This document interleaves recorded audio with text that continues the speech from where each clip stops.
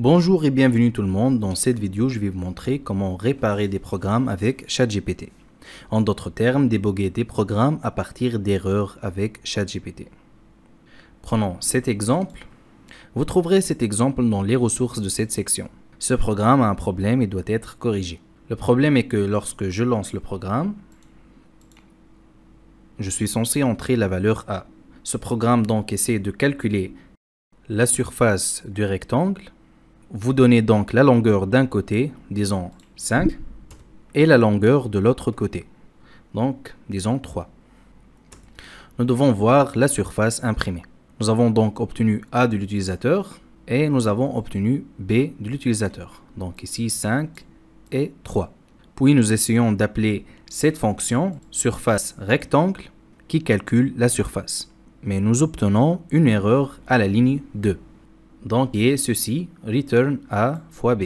Il dit que vous ne pouvez pas multiplier la séquence par des noms int de type str.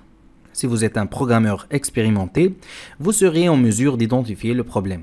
Mais parfois, même les programmeurs expérimentés ont besoin de beaucoup de temps pour résoudre un problème. Et c'est là que ChatGPT entre en jeu. Vous pouvez corriger une erreur avec ChatGPT. Je vais vous montrer deux méthodes. Dans cette vidéo, je vais vous montrer la première méthode qui consiste à interroger ChatGPT pour résoudre vos problèmes. Dans la prochaine vidéo, je vous montrerai une méthode plus puissante que celle-ci et vous devriez donc apprendre les deux méthodes. Même si la plupart du temps, vous utiliserez la deuxième méthode dans la prochaine vidéo. Voici donc la première méthode. C'est une façon traditionnelle de poser une question à un autre programmeur. Chaque fois que vous posez une question à un autre programmeur, vous copiez le code. Disons que vous êtes sur Stack Overflow. Vous voulez poser une question à d'autres programmeurs. Le format standard des questions de programmation est que vous mentionnez le résultat attendu. Comme j'essaie d'obtenir la surface du rectangle, mais j'obtiens une erreur à la place. Et enfin, le code est le suivant. Donc, Shift Entrée, on va copier le code. Vous avez donc mentionné le résultat attendu, qui est la surface du rectangle. Vous avez mentionné la sortie réelle, qui est une erreur. Le programme produit donc une erreur. C'est la sortie réelle. Ensuite, vous avez mentionné le code, qui est celui-ci. On va terminer par Shift Entrée, et on va écrire « et le message d'erreur »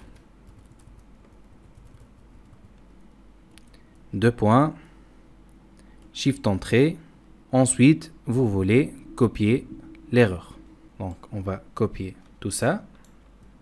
On va le coller ici. Donc, peu importe que vous copiez toute l'erreur ou seulement deux lignes, ChatGPT la trouvera toujours. Ne vous inquiétez pas. Donc, on va appuyer sur Entrée. C'est une question de programmation standard, c'est le format. Le ChatGPT donc vous demande de convertir les entrées en nombres. C'est donc le bon code selon ChatGPT. Nous allons copier le code et ici, on va le coller dans VS Code. On va sauvegarder et cela devrait résoudre le problème. Donc, exécuter sans débogage. On va entrer à nouveau 5, donc pas ici, en dessous. Donc 5, B3. Et voilà, vous obtenez 15. 5 fois 3 font 15. On va se demander si ChatGPT ne va pas prendre la place des programmeurs. Car on peut se dire que ChatGPT peut créer des programmes, réparer des programmes, mais qu'est-ce qu'un programmeur? Que fait donc le programmeur? Eh bien, si vous avez toujours besoin d'un programmeur, vous avez toujours besoin d'un humain. Par exemple, dans ce cas, ce programme semble fonctionner, n'est-ce pas? On va exécuter à nouveau. Je vais vous montrer un truc ici. Disons que je vais entrer 1.5. Entrée. Et ici, nous allons obtenir une nouvelle erreur. Donc, en tant que programmeur humain, j'ai pu voir qu'il n'est pas correct d'avoir un int ici. Mais ChatGPT ne le savait pas. Il y a donc toujours un besoin de programmeur. ChatGPT vous facilite la tâche, mais ne vous enlève pas votre travail. Il s'agit donc d'un autre programmeur. Encore une fois, vous devez travailler activement avec ChatGPT jusqu'à ce que vous obteniez le code correct pour votre programme. Dans ce cas, vous pouvez simplement suivre. Vous n'avez pas besoin de coller le code. Vous pouvez donc simplement poser une autre question. On va revenir ici.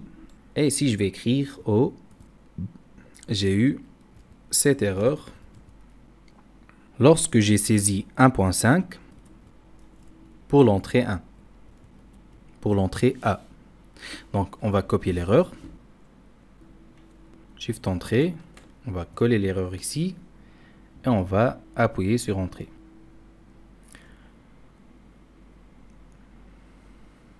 Et c'est attendu, ChatGPT vous dit d'utiliser un float au lieu d'un int, ce qui devrait corriger l'erreur. Il suffit donc de copier le code et de le mettre à jour avec le nouveau code.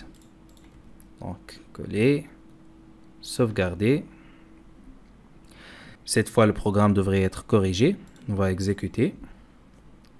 Donc ici 1,5. Donc je m'excuse, c'est 1.5.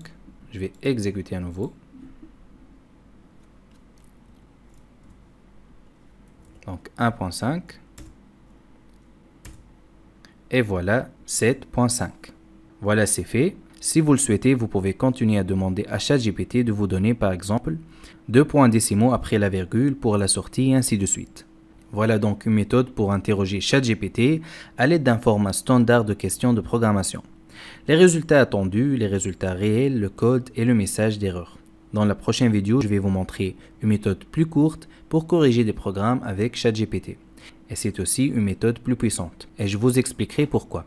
Je vous donne rendez-vous dans la prochaine vidéo.